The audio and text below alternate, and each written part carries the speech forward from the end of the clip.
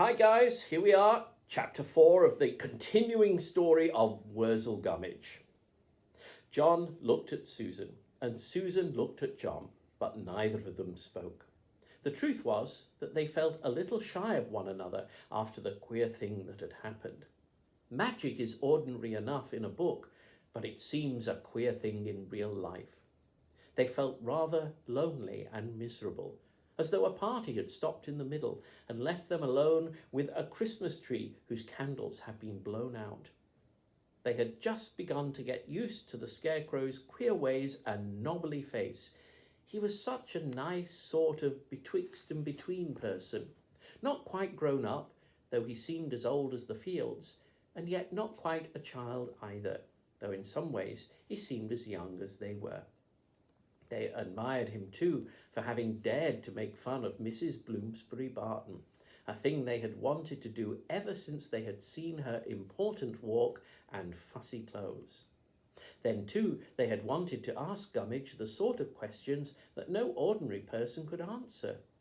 Questions about rabbits and robins and crows.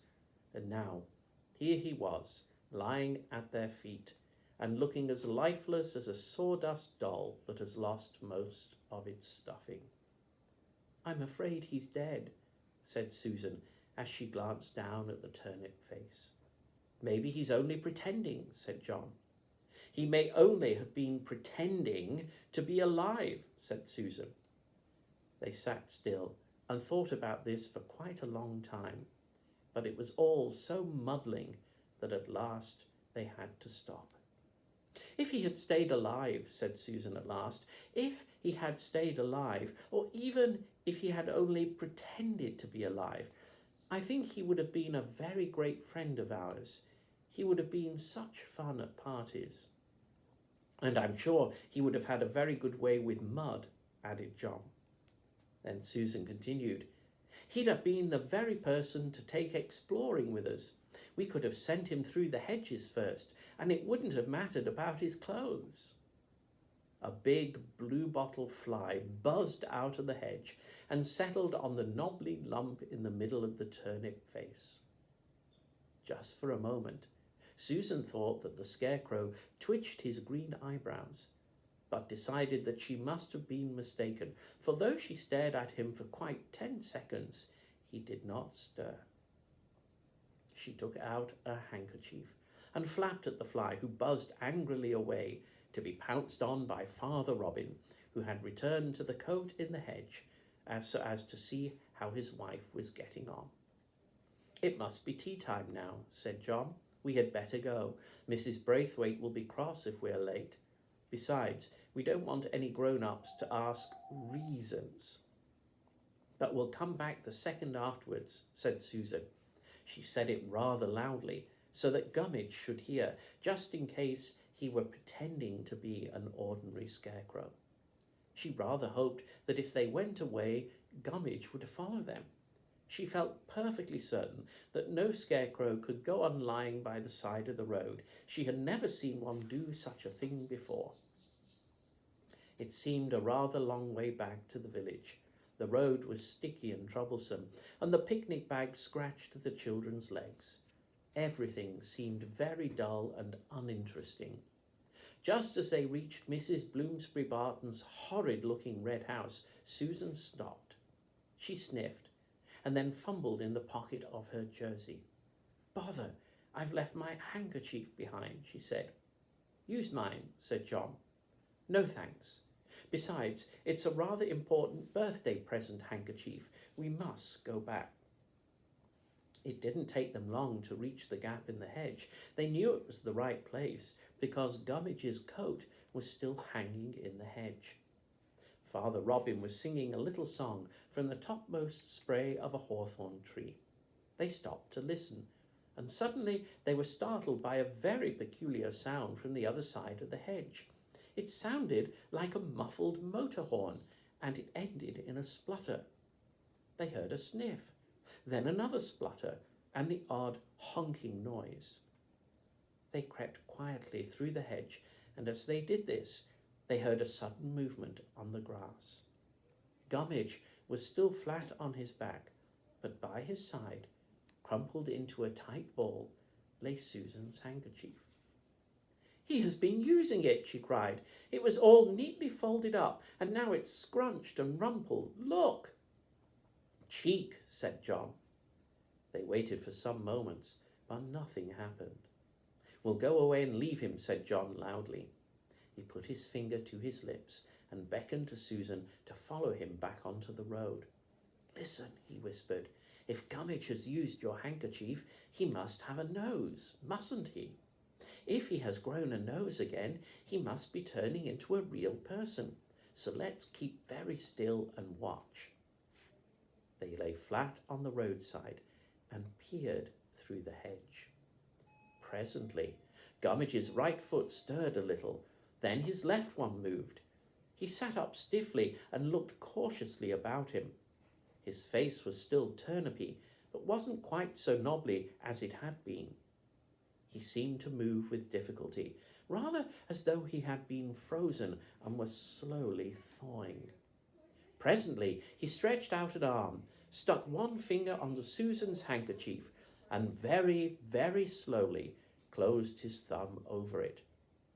He used his hand as though it were a stiff pair of scissors. Then he bent forward, covered his face with the handkerchief, and once again the children heard the peculiar honking sound that scarecrows make when they blow their noses.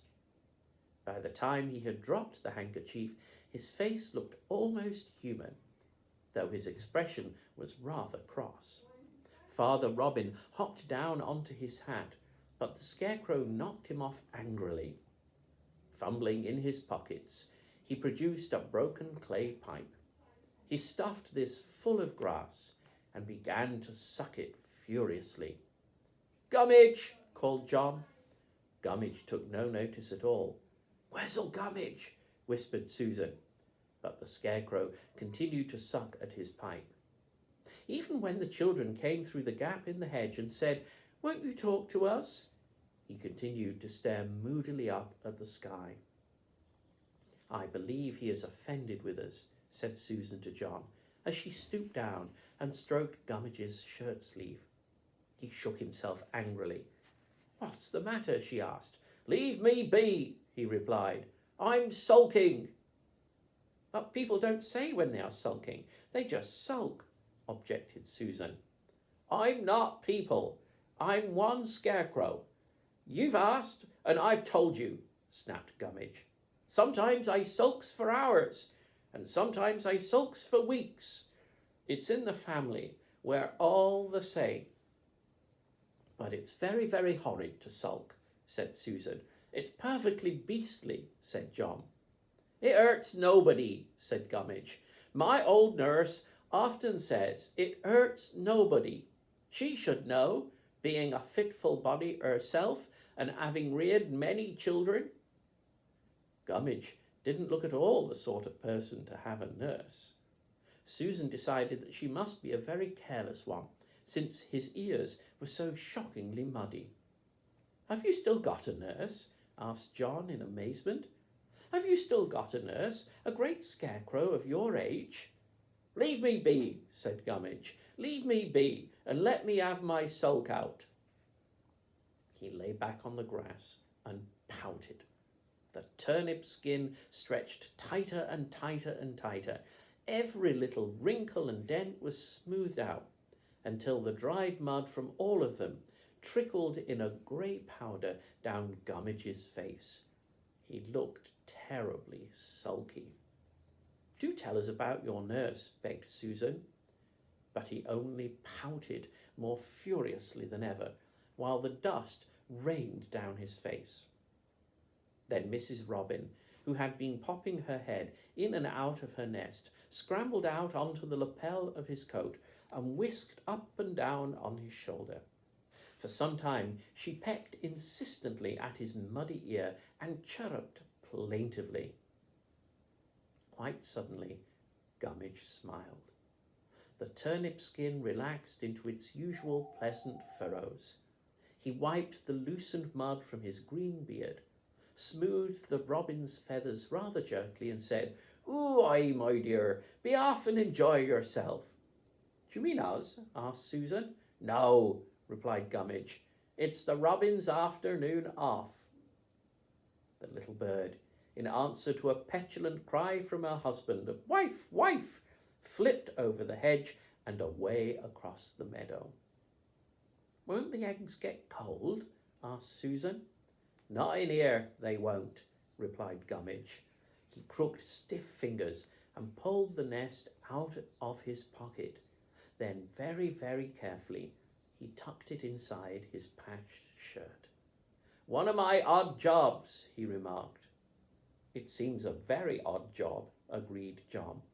I suppose you are quite sure that they won't hatch out into baby scarecrows. Sure, replied Gummidge. Then he turned to Susan and asked, How long did I sulk for that time? For about 5 minutes, I should think. Not long enough, said Gummidge, and he began to stiffen again. Oh, please don't, begged John. Well, I've had enough to annoy me, said Gummidge, but I don't mind if I don't. Tell us about when you were little, begged John, and Susan added, I'm sure you must have been a very dear little scarecrow. I was never little, declared Gummidge indignantly, nor were Grandfer Bogle neither, and he looked very angry again. Well, tell us how you began, said John. I didn't begin. I was put together in a mortal hurry. 'Tis the same with all of us. We stays the size we're made, and we're made to fit our clothes. Why? Asked John. 'Tis only sense. Your sort are made backwards way on. We aren't, said Susan. Now listen here, said Gummidge, and the children, seeing that he was in a talkative mood, settled themselves on the grass. Now see here, continued Gummidge, your clothes are made to fit you, and you wears a lot in 'em. Well, I wears a lot in 'em too. I've a shirt and a waistcoat and a pair of string braces and a hat and a pair of bottle boots. Now, if I'd have been made first, then the clothes mightn't have fitted so fine.